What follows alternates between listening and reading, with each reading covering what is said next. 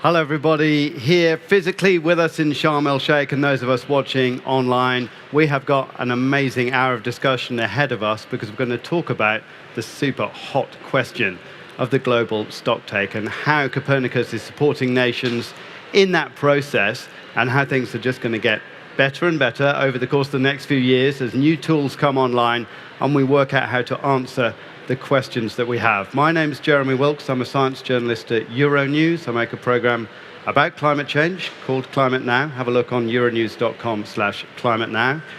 Today we're going to talk about what we don't know, why we don't know it, and how we're going to fix it. There's an awful lot we don't know about the emissions in our atmosphere. Lars Peters just turned up from WMO.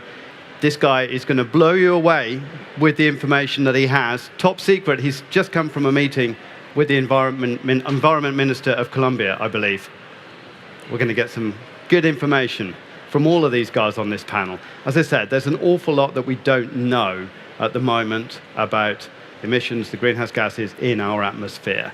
Europe's making a lot of rapid progress, but lots of countries don't have the tools necessarily to make the measurements in order to understand what's happening. And there are lots of figures, but sometimes they're a bit late.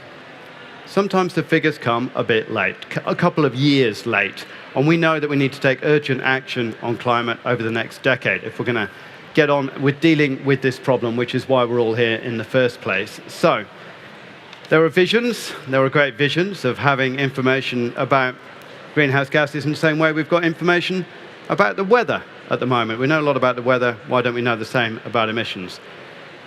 We have got also Slido, and if you've got a phone in your hand, which you probably do, you can use it to go onto Slido and have a look at the polls. You can vote in our polls. And now I've actually said the word Slido, possibly it will come up on here. There we go. Have you already heard about the upcoming Copernicus Anthropogenic CO2 Emissions Monitoring and Verification Support Capacity, CO2 MVS? Yes, that's because you all watched my report about it last year. So thank you. I'm sure that must be the reason, amongst many others. I'm going to introduce our guests. Richard Engelin, on my left here, is the Deputy Director of the Copernicus Atmosphere Monitoring Service, implemented by ECMWF. Carlo Buontempo, the Director of the Copernicus Climate Change Service, also implemented by ECMWF. We have online joining us, I believe he's there because I saw him earlier, Jaske Meyer. Am I pronouncing his name properly or not? He will tell me. He's the CO2M satellite mission scientist from the European Space Agency. He is in the Netherlands at the moment. Werner Kutsch is here as well. He's the Director General of the Integrated Carbon Observation System. And Lars-Peter Reisegaard, that was my attempt, who's the Director of the WMO's Integrated Observing System at the World Meteorological Organization. Everybody's going to have a chance to talk for a couple of minutes each, and then we'll get into a bit of a panel discussion. And I will start with Richard. Why are we all here? What's going on? What is this global stocktake thing? Can you kind of explain it and set things up and tell us what's going on? All right. Thank you very much, Jeremy. Yes, so what are we trying to discuss here and what are we trying to do? As part of the Paris Agreement, countries really have stepped up to increase their efforts to mitigate climate change. But as part of that, it's really important to also monitor the effect of all the climate mitigation actions. So the global stocktake was set up to do exactly that. It's a global stocktake, so it looks at our global effort in trying to mitigate climate change, look at adaptation as well. So it's a big process with all countries involved. And what we're trying to do within Copernicus is to provide extra tools to help them do what they need to do as part of the Paris Agreement and the global stocktake. Global stocktake will happen every 5 years, but it's important to continuously monitor the impact we have through our emissions on the atmospheric CO2 concentrations. So in order to illustrate that with a couple of slides, what we want to do is to bring in observations as well as Earth system modeling, in situ observations, and all the information we can put our hands on in a consistent way. We talk about an integrated system. And this is something we have been doing as part of Copernicus for quite a few years now. We have a lot of expertise based on, for instance, air quality monitoring, which we now want to apply to monitoring of emissions. And again, it's to provide an additional tool, additional information to what is already out there and help people, policymakers, to better react to what they need to do. And just as an illustration of why we think it's important to bring together as much of the information we have, I just want to reflect on a recent event, the methane gas leaks in the Nord Stream pipelines. So this was an unexpected event. It's not in the inventories that are reported by countries. It happened very sudden. No one really knew how much gas there was in the pipeline. We struggled initially to even detect it with satellites because it was quite cloudy for several days in a row, which makes it difficult for satellites to measure the atmospheric concentrations. Luckily, we had several in situ observation stations in the area, and Werner will talk a little bit more about that later, that helped us to measure the impact of these emissions on the atmosphere. And then we have our modeling capacities. So different scientific groups put their models to good use here and try to model, and here's an example that we produced from ECMWF, try to model this plume based on the assumptions we had and try to match that with the observations. But it took quite some time for the different groups to sort of converge on the estimates. We didn't have sufficient observations. There were uncertainties that need to be discussed. So the whole idea within Copernicus is to bring this to a more operational level, bring together the expertise we have in the science community, expand our observation networks, both on the ground and from satellites, and in that way be more prepared to monitor things like this. So this is just one example. What we try to do is, of course, much broader. We want to monitor emissions from CO2, methane, also look at the natural components, the natural influence on the atmosphere.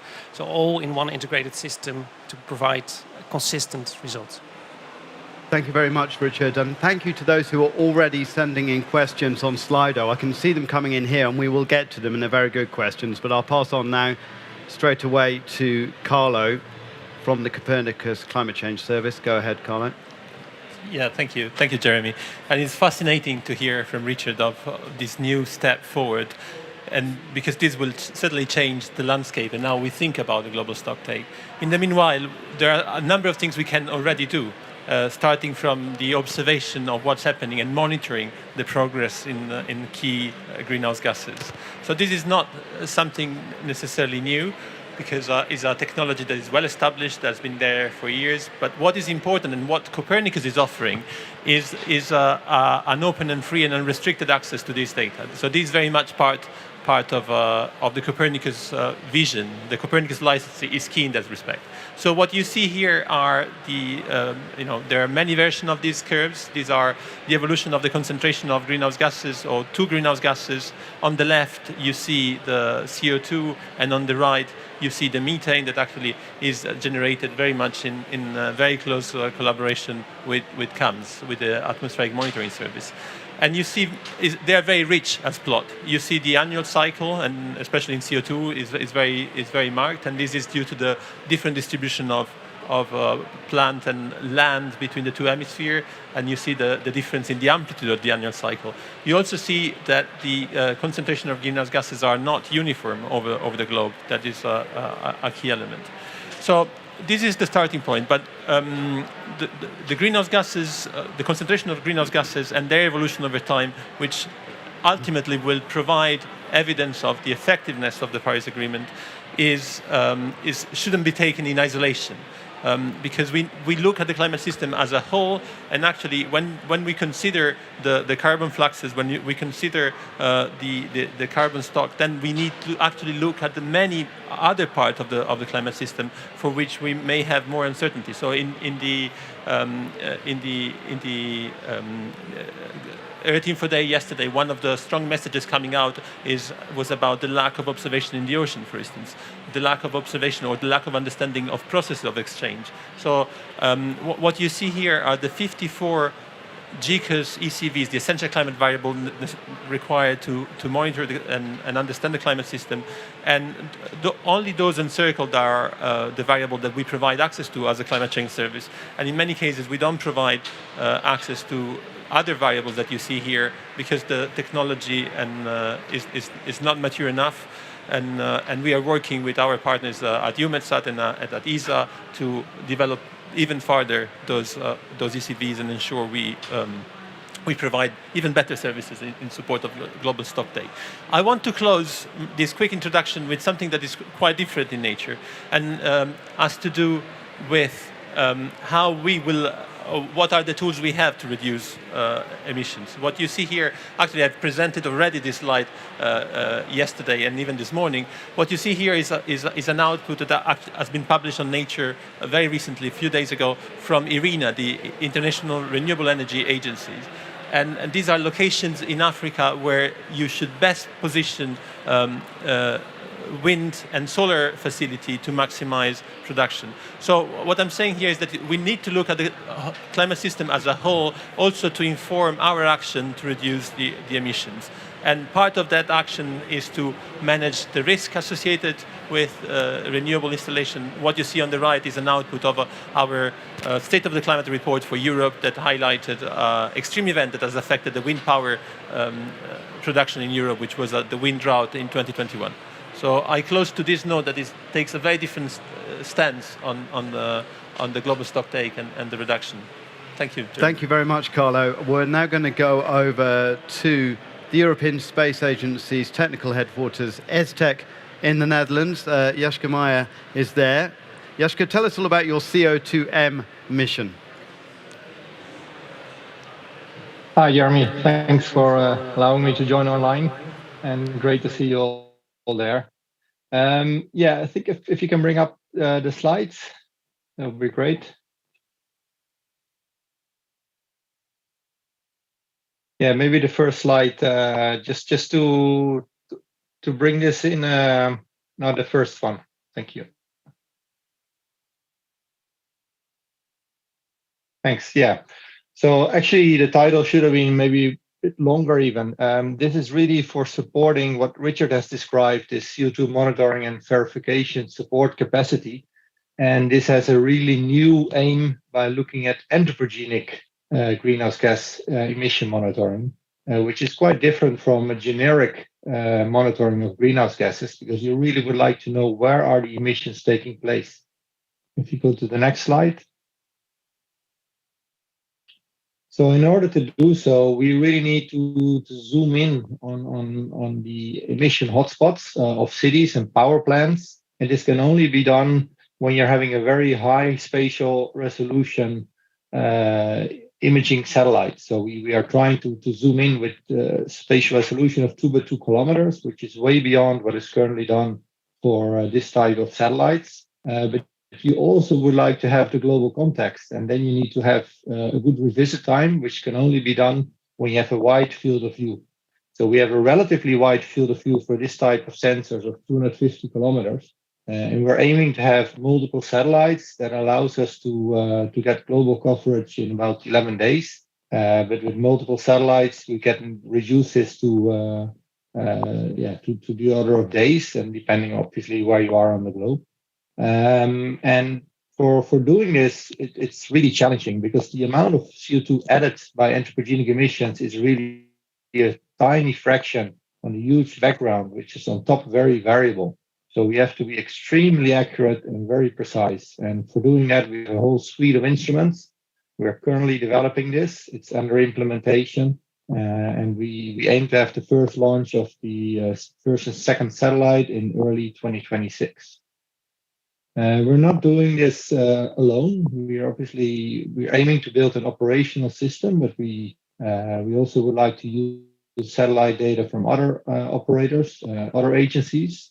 And if you go to the next slide, we are collaborating in all kind of organizations, and then also through WMO, which Lars Peter will talk to about later. But I've also been advising the White House in a recent meeting in January, and also later a similar meeting in the National Academy of Sciences in June. This was really exciting, and also hopefully America is now going a step further again in really monitoring the anthropogenic emissions. And I think I'll leave it there. Thank you. Thank you, Jeske. Really interesting. And thank you, everybody who's sending in those questions. They're lining up here. They're really good questions. We're going to get to them soon, but need to get through the panel. Let everybody have a chance to speak first. Let's go over to Werner. Are you ready?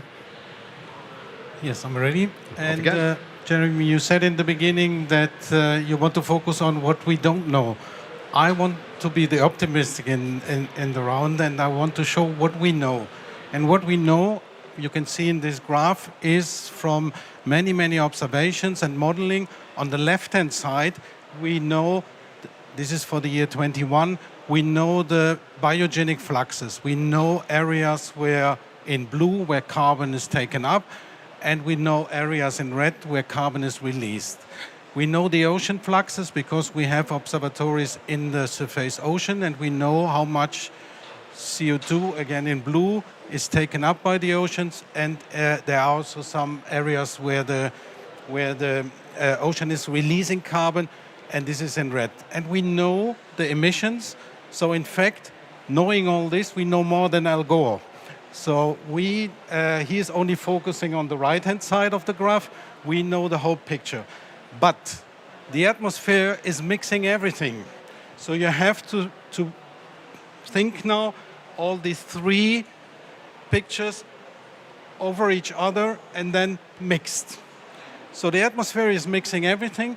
And the question is now, can we make the atmosphere talking to us? Can we get a lot of this information back out of the atmosphere? And that's our approach in ICOS. The Integrated Carbon Observation System is measuring in 165 stations in Europe the observations in atmosphere. We have observations in atmosphere. We are measuring the concentrations there. We are measuring land fluxes. We are measuring ocean fluxes.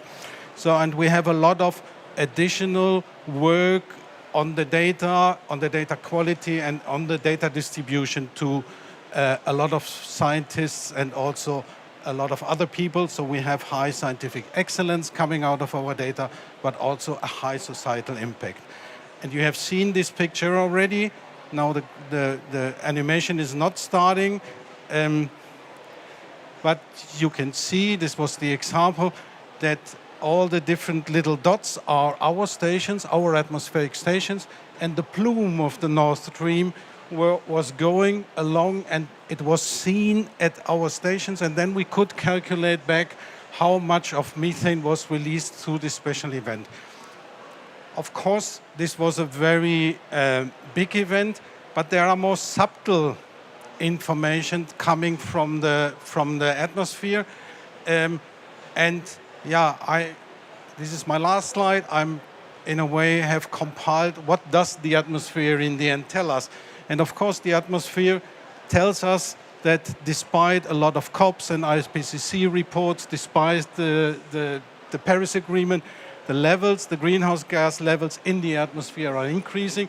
So for the global stocktake, the atmosphere tells us you have not done your job. The fossil fuel emissions are still too high. The reduction of fossil fuel emission has to be accelerated. But there is also another story the atmosphere is telling us, and that's what you can see from this picture.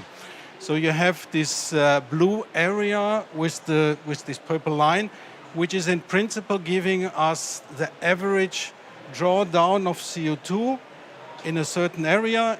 This is in Germany, the tower is in Germany. So the drawdown of the CO2 every year is coming from the photosynthesis of the ecosystems, mainly the forests in the northern hemisphere. So the Keeling curve has these little teeth, and each tooth is now put on the same level. So we have taken the trend away, and then we have a closer look at 2 years. And 1 year is the year 2018, where there was a severe drought in Europe. And you can see, that's the orange line, the drawdown of CO2 is not as big as the drawdown in the other years. In 21, the situation was opposite. There was a lot of rainfall in Central Europe, even too much rainfall, as we have learned. And then the vegetation was taking up more CO2.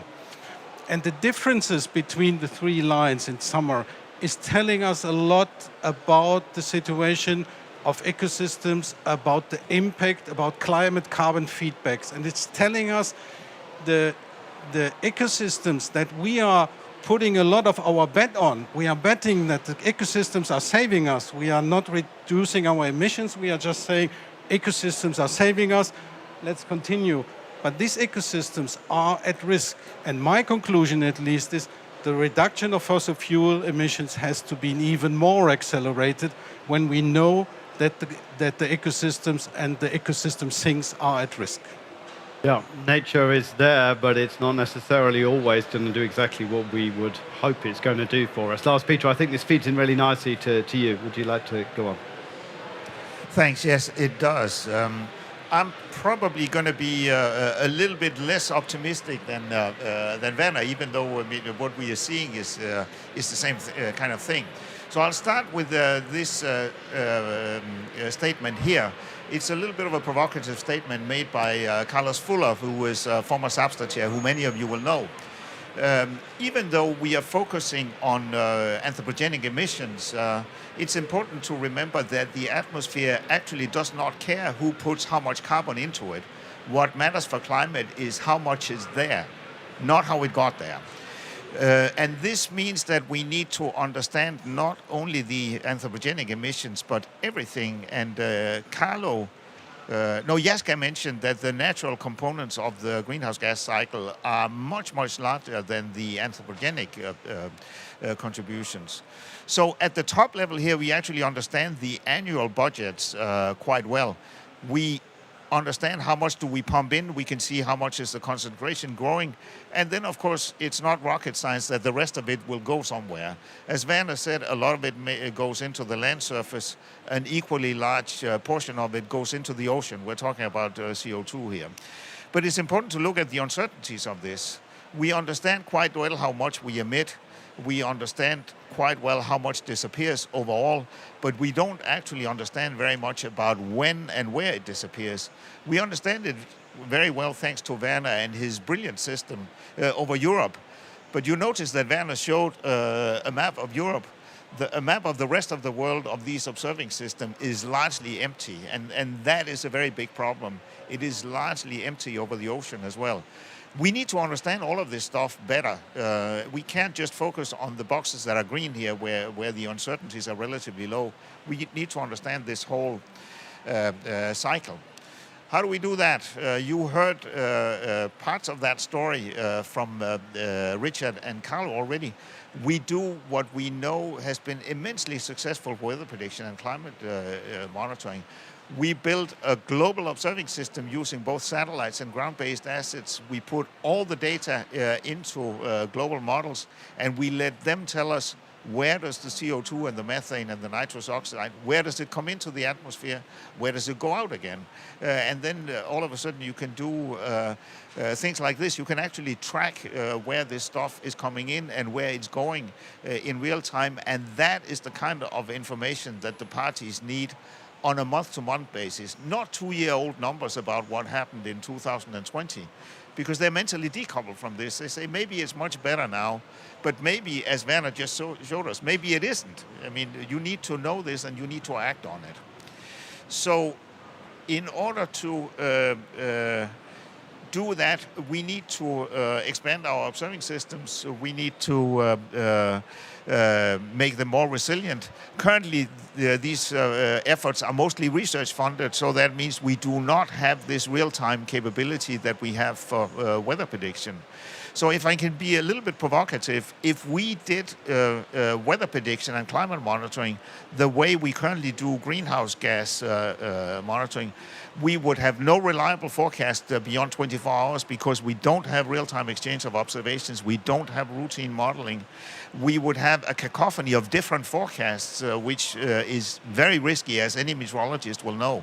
If one guy says tomorrow the sun is shining, another guy says tomorrow's a hurricane landfall, who are you going to trust? What action are you going to take? And this is the situation that the parties to the Paris Agreement are presented with now. They get different stories on the greenhouse gas monitoring. So I'll close with this question here. If greenhouse gas monitoring is as important as weather prediction and climate monitoring, and I think it is, why do we not treat it with the same level of seriousness? And why do we not have the same approach? recognize that this needs a globally concerted effort, a globally coordinated effort. Werner's system needs to be expanded and be made global. It needs to be integrated with the satellite data, and it needs to be monitored and modeled and assimilated routinely, as Richard and Carlo have been explaining to us. Thank you. Lars Peter, thank you very much. Very good. Reminder to all the panelists, make sure you bring the microphone nice and close to your face because it's pretty tricky to hear you otherwise. Yeah, no problem. I'm going to go to some of the questions that we've got, and thank you for sending those through. Please keep taking part, and also all of you here, you can ask questions too. I believe somebody will be going around with a microphone as well. One of these two ladies over here will be able to give you a microphone if you'd like to ask some questions. Somebody's asking online, is it just CO2? What about methane? We've already talked about methane. Richard, can you pick up on methane? What's the situation? Yes, it's part of the package. The focus was on CO2 for a reason initially, because for CO2 we don't have the satellite capacity we really need to make this happen. There's several research satellites in orbit that measure CO2, so we're already providing useful information, but really to step this up, we need better and more satellite data, and Jaska talked about this for the C2M mission. Methane, we have observations from several satellites already, both on public funding, like through the Copernicus program, Sentinel-5P, and also private funding. So we have already a better, more satellite data to use. But what we really want to do in the end is monitor emissions of the important greenhouse gases, CO2, methane, and if possible, additional. Another good question, which I think is probably on everybody's mind, is how is it possible to differentiate anthropogenic emissions from those of the natural carbon cycle? Is it at all possible to make any differentiation between the two? How would one do that? Who wants to have a go? I can start answering on that. It's difficult. It's difficult because there is not a color on the CO2 molecule that we can There's see. no kind of signature you can follow, really. There is a signature, but there's no color on it. Right. The signature is the so-called 14 carbon CO2. There is a permanent production of radioactive carbon isotope, 14 carbon, which is made in the upper atmosphere, and it's permanently there in the whole atmosphere, also in the CO2. So when CO2 is taken up by a plant, then the plant has a similar signature, a similar content of this C14. But the C14 has a half-time of 5,000 years. So if carbon is buried for millions of years in the ground, then there is no C14 anymore in this carbon. When it's burned, then the CO2 coming out of fossil fuel burning is depleted of C14, and you can see in a certain region, when you analyze the C14, how much of the excess CO2 compared to the average concentration in the atmosphere is coming from fossil fuel. But then I think the more important thing is that we should, as Richard said, really compile all kinds of information. We should not say, there are the observations, there are the inventories, there are the statistics, there are whatever. We need an integrated system. And that's why I really appreciate what Al Gore is doing. He is bringing in additional information into the system. He's bringing an additional approach, a highly statistical approach into the system. But it's one piece of many other things that we are doing. And bringing all this data together brings a full picture. And the big question is, in fact, nature, Lars Peter. That's where the uncertainty is. That's what you had in your presentation. It's not the only uncertainty, but it is a very big uncertainty. And what parties ultimately need to take mitigation action is a projection on what happens to the greenhouse gas concentrations in the future under various emission scenarios and what are the climate consequences of that. Only then can you decide this is the action that I'm going to take, and it's going to be enough, too much, or too little. Today we cannot say that unequivocally, so that is why we need to improve our understanding of the entire greenhouse gas cycle, not only the anthropogenic part of it. And if I can maybe add a little bit to what Werner was saying, it's a very good question, how do you differentiate? And the interesting problem that we are facing with this crowd here at the COP is that there are parties who actually do not want us to differentiate because they are not very keen on having their anthropogenic emissions monitored or verified. It is under the Paris Agreement the prerogative of individual nations to report on their emissions. So there's not only a scientific problem, which is what Werner is addressing. There is a political problem underneath. Are you prepared to name names on that one, or should you let us imagine who that might be? I'm not going to name and shame here. There are countries that are very interested in doing this monitoring and verification from satellites. The backers of Copernicus, the European Union, are very interested in this. And there's a growing number of parties who are fully behind this. And there are some parties that are not entirely convinced about the merit of this. Yeah, I'll leave it at that. I was very interested in part of the slide that you had, Werner, that was talking about the action of the ocean, and maybe it's a question for Carlo as well, is to what extent the changes we see in the ocean, particularly related to climate change, so warming, acidification, etc., to what extent they influence the ability to absorb CO2? Is there a change there as well? As far as we can observe them. By the way, it's not Werner's system, what we are talking about. It's the integrated carbon observation system. So there are 16 European nations working together and many, many hundreds of people working together. So thanks for the for the flowers, but it's called ICOS, not Werner's system. So back to the oceans. We are only observing the surface ocean. So we are measuring the CO2 concentration in the surface ocean, the dissolved CO2 concentration, and from there we can see the fluxes. We can see the fluxes are highly dependent on the temperature, on the surface temperature of the ocean. So if we have areas, for example, as I showed in the Mediterranean Sea or in the Baltic Sea that are warming up, they are even starting to lose carbon dioxide towards the atmosphere. So that's why I said the natural things are not to be taken for granted. They are changing, there are climate carbon feedbacks, and they are very important to observe. What we absolutely don't know is what is the fate of the CO2 inside the ocean. It's somehow transported to the deep sea, but what's happening I think the deep sea is, as for us, as invisible as the dark side of the moon. We know nothing about it. And there we definitely need to extend the observing systems. Got a question here from Slido. Monitoring is important, but how do you use the data to ensure or achieve action from decision makers to make positive changes that support nations going forward? Who wants to have a go at that one? Sounds like it might be for you, Richard, or maybe Jaska. Go on. Well, I can try to start, and others can complement. So the basic challenge here is to make sure the data is accessible and that people who actually need information have good access, easy access to the underlying data. They're not interested in terabytes of data points. They want concrete information. So part of this ramping up of this new part of the Copernicus service is to make sure we understand the requirements from the countries and actually at local scale as well.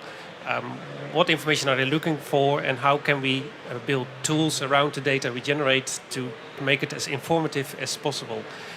Make the access to the data easy so they can use that in their decision making. Colin?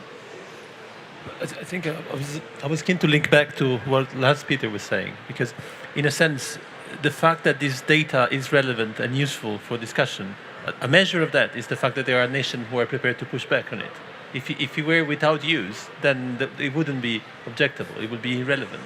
And the fact that there are this strong discussion, I think is a demonstration that actually this is a very valuable tool, is a tool that informs already the discussion that is ongoing.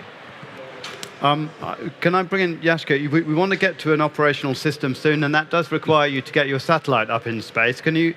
And launching a satellite these days in Europe is not easy because we haven't really got many rockets. That's a completely different discussion. But anyway, when is your launch scheduled for? And just tell us a little bit about the satellite, where you are at the moment. Yeah, we're in the middle of the development, so we are working towards the what's called the critical design review, and after that we will start cutting metal. Well, hang on, I can't hear you very well at the moment. Can anybody hear? Not great. Can you hear me? Let's see if I've got you. Can you carry on? Yeah. If you can hear me, then it would be great. Don't know what's happening there, but we can't hear you very well, Yashka. I'm not quite sure. I don't know why that might be. I'm looking at the technicians. We'll carry on. Anybody else got an answer on this one? When he's going to launch? I do have the answer. Is it working now? Okay. I do have the answer because we work very closely, of course, with the colleagues at ESA and EUMETSAT and Yashka in particular. So the launch of the first satellite is scheduled for the first quarter of 2026. There's a lot of work going into building a satellite, testing everything. So that's the target to have it in orbit and starting measurements, evaluating the measurements to make sure it's all working as expected. When do we get to an operational system that's close to Lars Peter's dream? Is there a timeline for that sort of thing to happen? Is it the end of the decade? Well, from the service perspective, we want to be operational by 2026 as well. Of course, we depend on the data that we can use. CO2M is an important component, so that's why there is a lot of pressure on making sure the instrument is launched on time, early 26, and that the data is evaluated as quickly as possible. This always takes a little bit of time, but we can live with that because we can always go back, reprocess the data, and make sure we make the most of the data in this very initial phase. One of the questions we've had on this, I think a couple of times, people saying this sounds like the climate trace project that Al Gore was talking about. Lars Peter? It does, and it is and it isn't. What Al Gore's climate trace, and I know it fairly well. I've engaged with Al Gore and his team over the last couple of weeks. We had a mini retreat with them where we had an opportunity to look into what they were doing. They are focused on estimation of anthropogenic emissions at the facility level, so at a very detailed local level, and they are going directly after verification of anthropogenic emissions. This is one component. It's very interesting, but their primary target appears to be the private sector. There are a lot of private sector entities who are interested in or who are obliged to do carbon accounting and who are interested in improving their industrial processes and reducing their carbon footprint. And it's a very interesting data source for that purpose. For the kinds of systems that we are talking about here, that I'm talking about and Richard and Carlo are talking about, it would be interesting to get access to their data as what we call priors. So an estimation of the anthropogenic emission as an input to the model is not an alternative at all. It really goes after one specific component of the overall cycle, namely the anthropogenic emissions. I'm a scientist, at least by background, even though I dress and am employed like a bureaucrat these days. So to me, it's interesting that they use artificial intelligence and a very large number of largely undocumented input data. So as a scientist, you want to use partial differential equations as long as you can, and you start using AI when that stops. I don't know whether where the boundary lies for that, but it'll be very interesting once we get their data. It's an interesting input to us, but it's not an alternative to this. And I see Carlo nodding, so we're probably in agreement about that. Go on, Carlo. Very little to add, to be honest, because I completely agree with what Lars Peter was saying. Fascinating initiative, very, very dynamic, and the speech that yesterday Al Gore gave, I think, galvanized the room, which for me is something that shouldn't be underestimated. There was a lot of energy and a lot of momentum in that initiative that I think is an important component and may actually change things. But in terms of data, I do see the two, not one as an alternative of the other, but very much as complementary. In that sense, no. Thinking of which, another question we have, don't the Americans have a satellite also giving public data on greenhouse gases from NOAA, the suggestion being? If so, how will we get a unified view of emissions across the observatories and observations and interpretations from different satellites? I can start, but maybe Lars Peter wants to say something as well.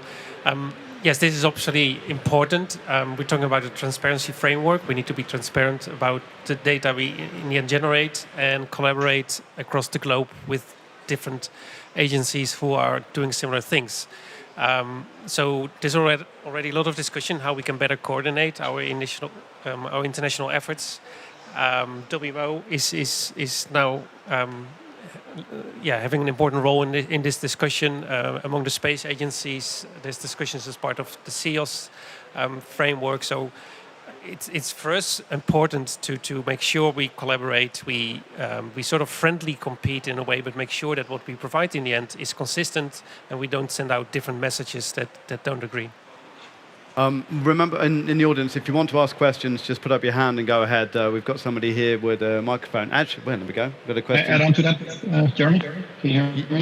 Yeah. Go ahead, Jessica. Yeah, we can hear you now. Go on. Okay, good. Yeah. Now, maybe to add on, maybe it was a little bit older discussion, but I think one of the highlights of satellite data is that you can actually give a globally consistent picture, and you can actually see then. You can actually compare different countries, and people feel that, at least that's my experience with other satellite data, that you can actually feel that you can compare one place with another. And if you do, let's say, local inventories, it always feels a bit more like maybe kind of hidden. And it should really stimulate countries to do their best to make a step forward. And maybe even older discussion is on the anthropogenic component of CO2. One of the tricks that we're doing is that we're actually also measuring NO2, which is co-emitted with high temperature combustion processes. And this is really a telltale towards CO2 plumes. And there we can really say then, if we measure CO2, enhanced CO2 in this area, we can more easily attribute this to combustion processes. Thank you, Jessica. We're still having a little bit of trouble following you, but I think people got something out of that. It's tricky. The vagaries of connection from the Netherlands all the way to here in Egypt. Thank you anyway. Let's go to the question we had in the audience. Yes, I have a question related to the private sector. So the talk is, of course, focused on supporting nations. But if we look at the potential of what you're setting up for the private sector, and I'm thinking about emission trading schemes, for example, what could you provide as added value to these type of initiatives? What do you need? Okay, let me maybe be a little bit provocative here. There's perhaps a concern among many of us that when you do carbon offsets, are you selling the same patch of rainforest or the same patch of ocean many times over as carbon offset? And again, I think it was either Richard or Carlo who said the atmosphere is not lying. It knows how much came into it, came out of it. And you can look at the overall carbon accounting of an individual country. And with a monitoring system along the lines of what we have been sketching out here, you would be able to compare what does the atmosphere see over that particular part of the globe compared to what the national accounting, including all the carbon offsetting, what that says. Do the two line up? If they don't, then we have a problem with one of the two sides, and it's not the atmosphere that is lying. What's the next step after that, though? That moment? That then becomes a political problem. That's for the parties here in this crowd to... We present them with the information, but they must have the political willingness and the agreement to act on it. You're just trying to build a rock-solid system, so they can't have an argument at least about that. Yes. I would like to add something. It's not perhaps directly related to the private sector, but what I've showed, this continental scale observation system, you can also squeeze something like this and observe only a city. We are currently doing this in 3 cities as a pilot, in Munich, in Paris, in Zurich, and we are getting very, very detailed information about the fluxes of different neighborhoods, different regions inside the city. We can compare this to the information that we have bottom up. And this is, of course, not only interesting for the cities, it themselves, for the mayors. It may also be interesting for transport companies, for housing companies to reduce their emissions. It's not that we are distributing the technical solutions, but we could give them ideas. Where are the big emissions coming from? Where can you reduce this? And it's also a way of verification at this scale, because you need, if you want to trade carbon, you need also some kind of verification. This, by the way, counts also for observations we can do in ecosystems. So in principle, you could also get verification by ecosystem observations at a specific scale. That's why I asked, what do you need? It's always a question of scale, what we can provide, but then we need your necessities. You need to know your necessities. We're in a process of doing this stock take at the moment, right? And everybody's supposed to be coming up with their figures sometime next year. We're in the process of gathering the data. Given that Yashka's satellite is still being made and the other projects are in the process and that the system is in Europe only, it's not rolled out everywhere, how is the information being gathered at the moment for that stock take? Where's that information coming from? The one that's happening now? I can give a first answer.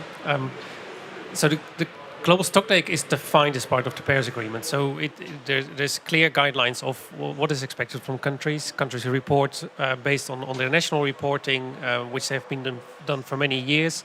We're also bringing in the more developing countries to improve the reporting or increase the frequency. The national determined contributions are all part of it. So it's basically gathering all the information that countries are able to report at this moment in time. On top of that, it's open to other stakeholders to come with their own information, data, and submit that as additional evidence of where we are. So it's bringing all this together. It's being discussed, being assessed. And in the end, it will result in one outcome of where we are as a global community at this point in time.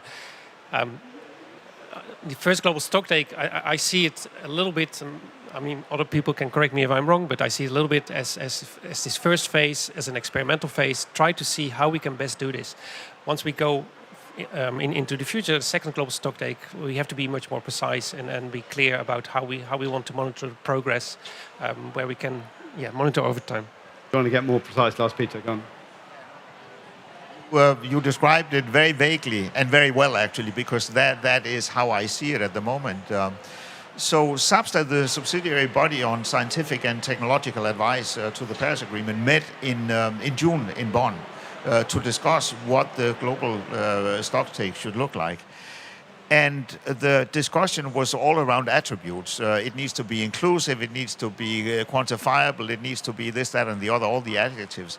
But there was a tangible lack of technical, concrete input on what is it actually. And we are trying to get parties to recognize that a system like this will be an essential element of the global stocktake. It will not be ready for the first global stocktake, but it's important that parties recognize that they need objective, quantitative information as input to this. At the moment, it will be based, as Richard said, on actually relatively heterogeneous national reporting. That is what we have at the moment until we can build this system. Later on this decade, at the end of the decade, what does the operational system kind of look like then? Have we got in situ monitoring all around the globe? We've got the satellite up in space. How's it going to work? And where's the, if somebody works for a government here and they're listening to this, how are they going to interact with that system and get that information? So the idea is to have a system running in a routine way, taking the observations from the satellites we have, hopefully already with the CO2 emission, if everything goes according to plan, including the in situ data we have, and there also hopefully an increased network compared to what we have now, with much improved modeling capacity. How do we extract as much information from what we actually know about the atmosphere, about the land surface, about the marine environment. Also using satellite data actually to support our knowledge in these domains, and provide on a global scale what we call gridded information. So we split up the world in little boxes. We can provide emission estimates for these boxes, which we can then use to define what we think are our best estimates for countries. We also will do this at local scale, where we actually look at individual facilities or cities, like Werner described, where we can monitor much more closely what's actually coming out of these main emission sources. And for methane, we are already doing this. So this will only further improve. For CO2, that's also the ambition we have to be at the end of the decade. So this is the data we generate, but then on top of that, tools to make this information available to the people who actually need it. Carlo, I'm going to bring in climate change, because climate change does tend to have an ability to surprise us, sometimes by going a little faster than we were expecting, or sometimes creating effects that we weren't necessarily predicting. Methane, for example, is one of those ones where some of the concentration levels are not necessarily, can't necessarily explain them. What are some of the uncertainties at the moment, and do you expect to be uncertainties that continue actually in this over the next couple of years? Well, I think you put it very, very rightly. Climate is surprising us all the time, and what we have seen in the last few months, I think, is just a proof of that. And I'm not talking just about the methane. I will go back to it, but I'm talking about what we've seen on the ground in Europe over the last few months. Without getting into attribution, that's my next panel. But it's clear that, having had 2 record-breaking summer in a row in Europe, having had this huge anomaly of temperature in the sea, are certainly warning sign of what's happening. On the methane, I would say, and probably my colleague can step in and correct me, but I would say that to a large extent the increase in the concentration that we've seen over the last 2-3 years has been quite surprising to many. And still, to a large extent, not fully understood. So there are drivers that are natural drivers. There are drivers that may be related to anthropogenic drivers. And the fact that this goes back to the point about observation for me. There are elements in the carbon cycle, there are elements in the observation that we don't get yet right. And in the discussion that we are having at the moment here at COP27, a global push on observation, I think, is one of the things on the table, and quite an interesting one, notwithstanding some of the issue that Lars Peter was talking about, because there are elements of the climate system that we are not yet observing, and still they are essential. Werner? I would like to add something on this. A few years ago, there was a study seeing from satellites that there are high methane concentrations in the tropical regions, and it was supposed, not entirely clear, but it was supposed that these were tropical wetlands. The methane emissions were increasing from there, but we had nothing on the ground. And we have been recently asked from the European Union to support a high-level discussion with the African Union and bring our experience that we had gained over 20 years building up this system to the African Union, how African countries can cooperate, and how similar or not a similar adapted system for Africa, an observational system, could look like. And we have made in the first project already some suggestions. We are starting now a second project, and I think that's exactly what Lars Peter said. We need not to look at Europe, at the success stories. We also need to look at the gaps and support that these gaps can be closed. Otherwise, we will never get a full global picture on what's going on. And the feedback between changing climate and natural ecosystem, land ecosystems, is super important to observe. I think this might change the concentration in the greenhouse of greenhouse gases in the atmosphere much more than our emission when these tipping points are reached. You're talking about some pretty nasty surprises, actually, there. Nasty surprises, but there might also be positive surprises.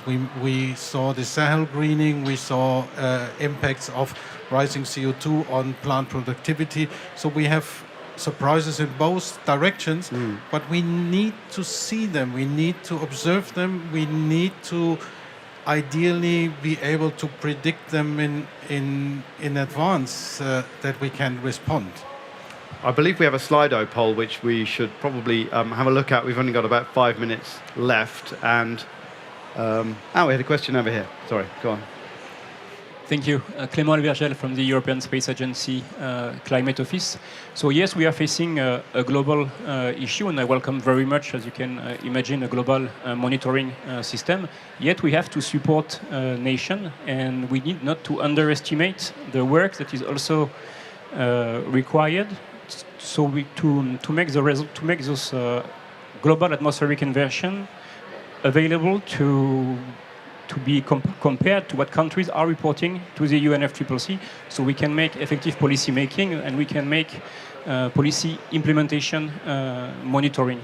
And I'd like to know what type of activity you are pushing into that direction, how to reconcile the result of global atmospheric inversion to what country are reporting to UNFCCC. And maybe that's for you, Richard, or...